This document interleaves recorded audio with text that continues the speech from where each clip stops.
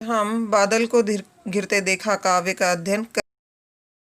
बादल को घिरते देखा काव्यांश की व्याख्या जानने से पहले हम कवि नागार्जुन के परिचय के बारे में जानेंगे।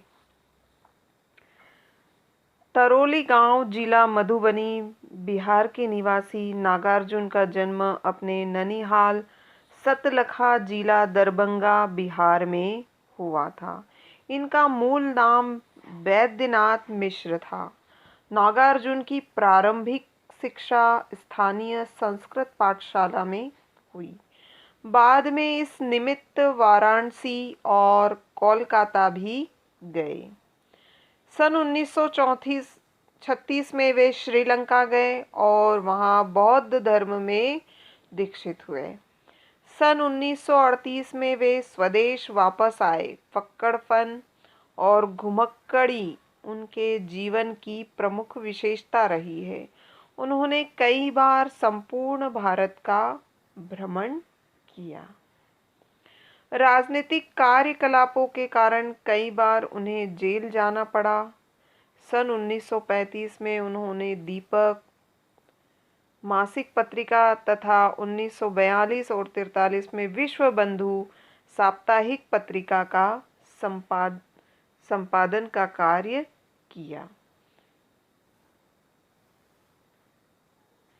राजनीतिक कार्यकलापों के कारण उन्हें कई बार जेल भी जाना पड़ा। सन 1935 में उन्होंने दीपक मासिक पत्रिका तथा 1942-43 में विश्व बंधु साप्ताहिक पत्रिका का संपादन किया। अपनी मातृभाषा मैथिली में वे यात्री नाम से रचना करते थे। मैथिली में नवीन भावबोध की रचनाओं का प्रारंभ उनके महत्वपूर्ण कविता संग्रह चित्रा से माना जाता है। नागार्जुन ने संस्कृत और बांग्ला में भी काव्य रचना की है। ये इनकी रचनाओं के नाम, तो जीवन परिचय और रचनाओं के नाम। अब आगे देखिए। लोक जीवन, प्रकृति और समकालीन राजनीति उनकी रचनाओं के मुख्य विषय है। अब हम कवि नागार्जुन का साहित्यिक परिचय जानेंगे। कवि नागार्जुन ने अपनी रचनाओं में लोक जीवन, प्रकृति और समकालीन यानी उस समय की राजनीति उनकी रचनाओं के मुख्य विषय रहे हैं। विषय की विविधता और प्रस्तुति की सहजता नागार्जुन के रचना संसार को नया आयाम देती है। आयाम माने आकार। विषयों की विविधता और उनकी रचनाओं की प्रस्तुति नागार्जुन के रचना संसार को एक आकार देती है। छायावादोत्तर काल के वे अकेले कवि हैं। छायावादी विचारधारा के वे अकेले कवि हैं जिनकी रचनाएं ग्रामीण चौपाल से लेकर विद्वानों की बैठक तक में समान रूप से आदर पाती हैं। छायावाद के वे पहले ऐसे कवि हैं जिनकी रचनाएं चाहे गांव की चौपाल हो या विद्वानों की बैठक हो, उनकी रचनाओं को समान रूप से आदर दिया जाता है। जटिल से जटिल विषय पर लिखी गई उनकी कविताएं इतनी सहज, संप्रेषणीय ने आदान प्रदान करने या ग्रहण करने योग्य, प्रभावशाली होती है।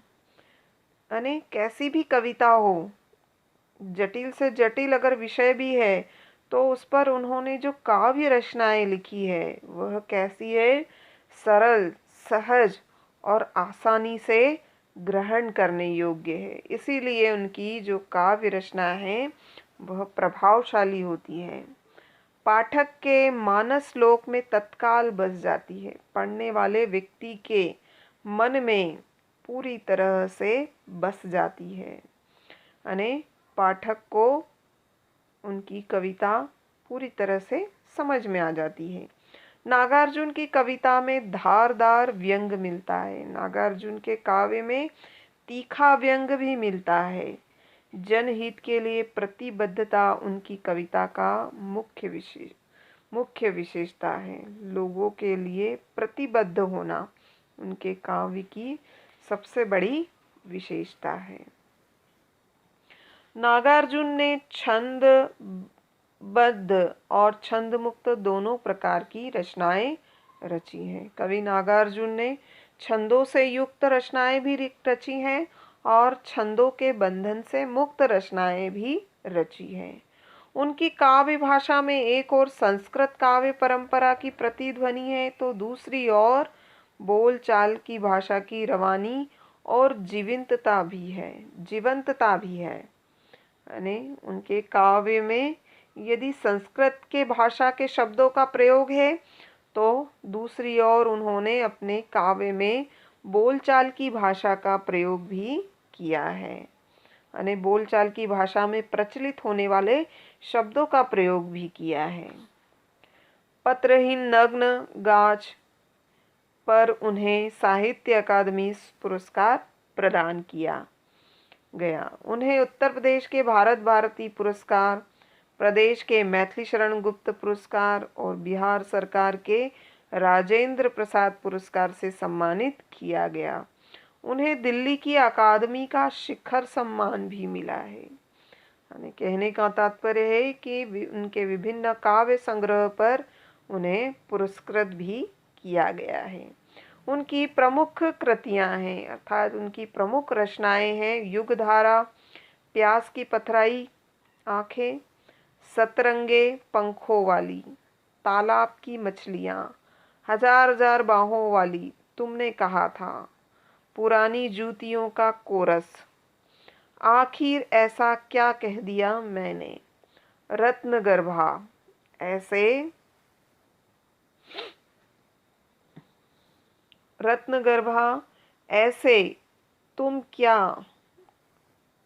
भी तुम क्या, पका है कटहल, मैं मिलिट्री का बूढ़ा घोड़ा, भस्मांकुर, बलशनमा, रतिनाथ की चाचा, कुंभीपाक, उग्रतारा, जमनिया का बाबा, वरुण के बेटे जैसे उपन्यास भी विशेष महत्वपूर्ण है। उनकी समस्त रचना नागार्जुन रचनावली में संकलित है, जो 7 खंडों में संकलित है। यहाँ पर जो काव्य है वह है बादल को घिरते देखा है, काव्य संकलित है। इस कविता में उन्होंने बादल के कोमल और कठोर रूप दोनों का वर्णन किया है, जिसमें हिमालय की बर्फीली घाटियां, झीलों, झरनों और देवदार के जंगलों के साथ साथ किन्नर किन्नरियों के जीवन का यथार्थ चित्र भी शामिल है। भाव और भाषा की दृष्टि से कविता कालिदास और निराला की परंपरा से जुड़ती है। आगे देखिए, बादल को घिरते देखा है। अमल धवल गिरी के शिखरों पर, अमल अने स्वच्छ, धवल अने सफेद, गिरी अने पर्वत, बादल को घिरते देखा है छोटे छोटे मोती जैसे, उसके शीतल, शीतल अने ठंडे, तुहीन कण अने ओस की बूंदे, मानसरोवर अने चोटियों के बीच में स्थित एक प्रसिद्ध झील का नाम है मानसरोवर, के उन स्वर्णिम अने सुनहरे कमलों पर गिरते देखा है, बादल को घिरते देखा है। यहाँ पर संदर्भ होगा कि प्रस्तुत काव्यांश कवि नागार्जुन के द्वारा रचित काव्य बादल को घिरते देखा है से संकलित है।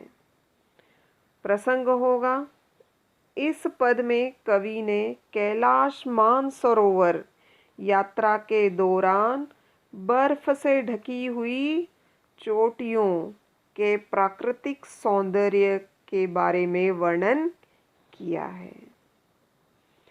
तो अमल धमल गिरी के शिखरों पर कवि कहते हैं कि स्वच्छ और सफेद हिमालय की ऊंची ऊंची चोटियों पर बादल को घिरते देखा है। उन्होंने बादलों को उमड़ घुमड़ कर घिरते हुए देखा है। छोटे छोटे मोती जैसे उसके शीतल तुहिन कणों को। कवि आगे बताते हैं कि उन बादलों के साथ ही गिरती हुई छोटी छोटी सफेद जल की बूंदें मोती जैसे सुंदर दिखाई देती है। मानसरोवर के उन स्वर्णिम, कवि कहते हैं कि वे बूंदें मानसरोवर झील के सुनहरी जल में उत्पन्न होने वाले कमलों पर गिरते देखा है। कवि कहते हैं कि बादलों से गिरती हुई वे बूंदें मानसरोवर झील के जल में उत्पन्न होने वाले सुनहरी कमलों के पंखुड़ियों पर गिरते हुए देखा है। बादल को घिरते देखा है। कवि ने इस अद्भुत और प्राकृतिक दृश्य में, प्राकृतिक वातावरण में बादलों को घिरते हुए देखा है। तो यहाँ पर कवि ने खड़ी बोली हिंदी और संस्कृत शब्दावली से युक्त भाषा का प्रयोग किया है। कवि का जो वर्णन है वह कैसा है? चित्रात्मक वर्णन है। आगे देखिए।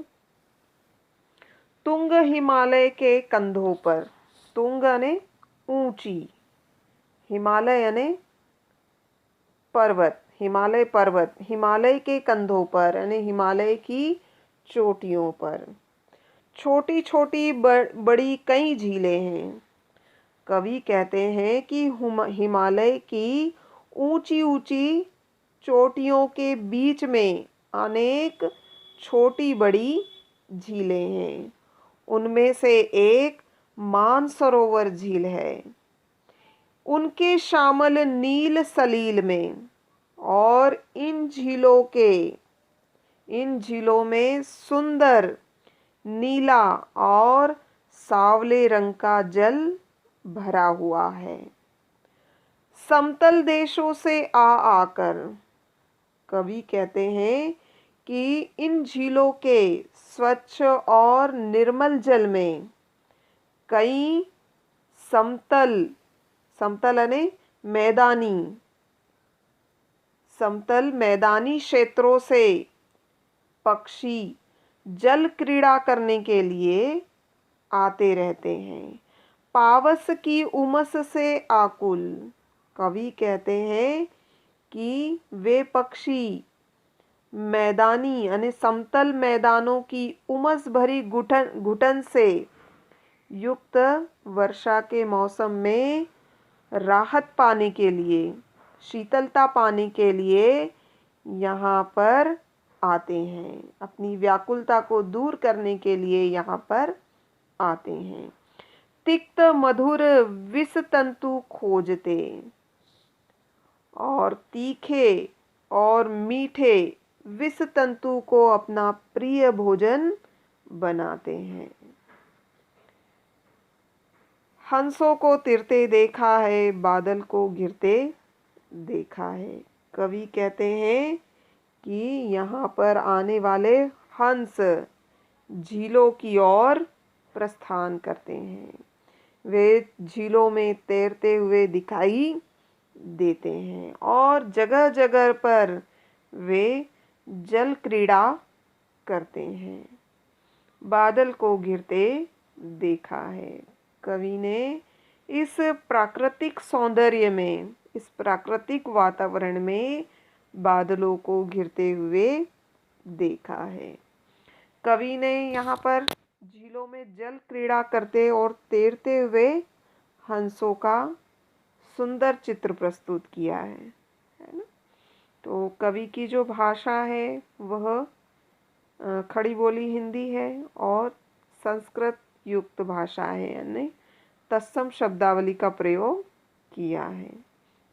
कवि की जो शैली है वह गेय पद शैली है, यानी इसे गाया भी जा सकता है। ठीक है, बहुत बहुत धन्यवाद।